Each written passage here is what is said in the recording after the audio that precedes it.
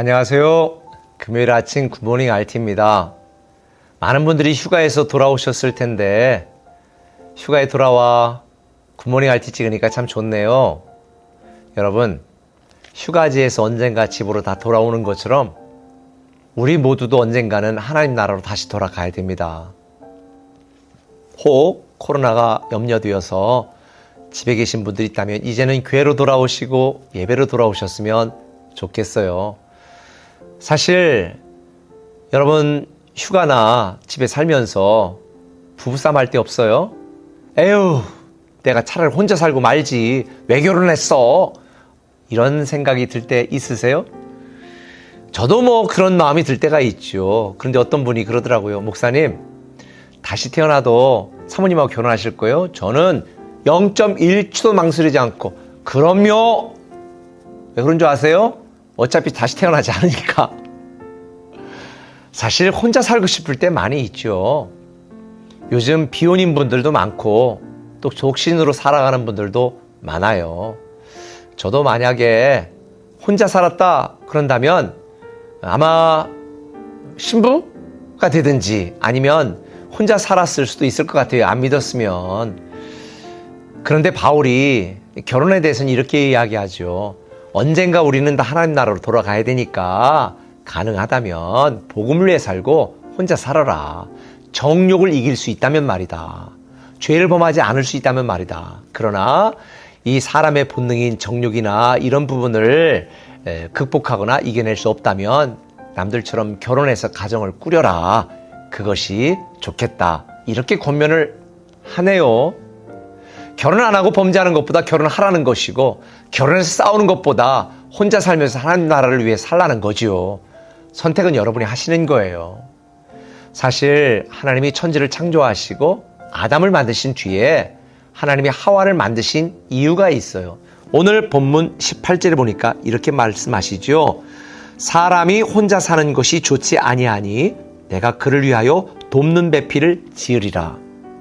사실 하나님께 처음에 부부를 만드시고 가정을 만드신 게 아니라 가정 공동체를 만드신 거예요.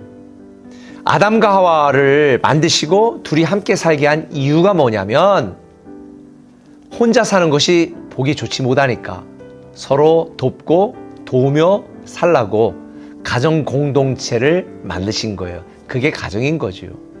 그래서 사람이 살면서 가정 안에서 서로 돕고 도움을 받으면서 살아가도록 하나님이 디자인하셨으니까 행복한 결혼 생활을 해야 되는데 우리는 이런 하나님의 의도를 알지 못하고 자꾸 섬김만 받으려고 하고 사랑만 받으려고 하니까 상처받고 상처 주고 가정이 깨지는 거예요.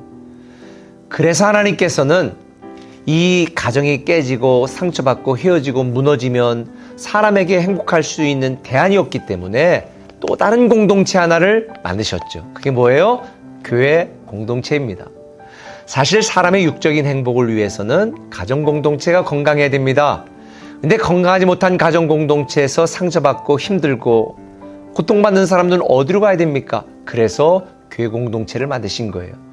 이 영적인 행복, 인생 행복을 위해서는 이 교회 공동체가 그 역할을 감당하라는 거죠. 그런데 불행하게도 오늘날 많은 교회들이 이런 사명을 감당하지 못하고 깨어진 가정을 회복시키고 무너진 가정을 일으키고 상처받은 가정을 치유하는 이런 역할을 해야 될 교회조차도 서로 싸우고 분열하고 병들어가는 그런 교회 공동체가 조금 있습니다. 그래서 우리 꿈의 교회는 건강한 교회를 추구하는 거예요. 혹 여러분들 중에 가정 공동체가 행복하고 건강하다면 잘하셨습니다. 그러면 거기에서 만족하지 마시고 이 교회 공동체 안에 소속되어서 열심히 또 아름다운 신앙생활을 통해서 이 가정 공동체와 교회 공동체 두 개가 건강하면 여러분은 베스트 최상의 아름다운 삶을 살아갈 거예요. 그런데 혹 가정 공동체가 상처받고 심지어 무너지고 깨어져 고통받고 괴로운 분이 있다면 신앙생활 열심히 하시고 교회 공동체 안에 반드시 소속되어야 됩니다. 왜? 그거를 치유하고 회복하고 그래도 다시 시작할 수 있도록 만드는 것, 회복의 빛 예수 그분만이 가능하시기 때문입니다. 그래서 저는 우리 꿈의 교회 성도들 모두가 다 이 건강한 꿈의 교회 공동체 안에 소속되고 또 여러분의 가정도 행복하게 살아가기를 간절히 소망합니다. 그런데 오늘 이 가정 공동체와 교회 공동체가 건강하게 될 수 있는 비결을 24절에서 이렇게 말하네요. 이러므로 남자가 부모를 떠나 그의 아내와 합하여 둘이 한 몸을 이룰지로다. 그러니까 가정 공동체를 하려면 첫 번째 떠나야 돼요. 부모를 떠난다는 것은 관계적으로 떠나고 물리적으로 떠난다는 의미가 아니라 정서적으로 또 리더십에서 이런 부분들이 감정적으로 이게 독립돼야 된다는 거예요. 예를 들어서 결혼 생활하면서 아내가 마음에 안 든다고 짐 싸서 자꾸 친정 가보세요. 남편이 아내에게 우리 엄마는 이렇게 안 했어, 우리 아버지는 이렇게 하고 자꾸 이렇게 주장한다면 가정생활 할 수가 없지요. 부모의 영향력, 어머니의 영향으로부터 떨어져서 이제는 아내와 더불어 하나가 되어서 합해서 새로운 비전, 새로운 사명, 새로운 사랑으로 새로운 가정 공동체를 만들어가야 될 책임이 있는 거예요. 자꾸 이전에 우리 아버지는, 우리 어머니는, 예전에는, 이것은 미숙한 반응이에요. 건강한 교회 공동체도 마찬가지예요. 건강한 교회 공동체는 성령에 이끌리는 교회, 하나님의 말씀대로 살아가는 거잖아요. 근데 오늘날 교회가 왜 병들고 무너집니까? 교회 안에 와서 우리 직장에서는, 우리 사업장에서는, 말야 내가 세상에서는 이런 얘기 하시면 안 돼요. 교회는 오가나이제이션, 단체가 아니에요. 오가니즘, 공동체, 생명체입니다. 교회는 성령에 이끌리고 하나님의 말씀을 기준으로 살아가는 것이지 세상, 직장, 어떤 단체나 기관처럼 그렇게 자꾸 잣대를 들이대면 안 돼요.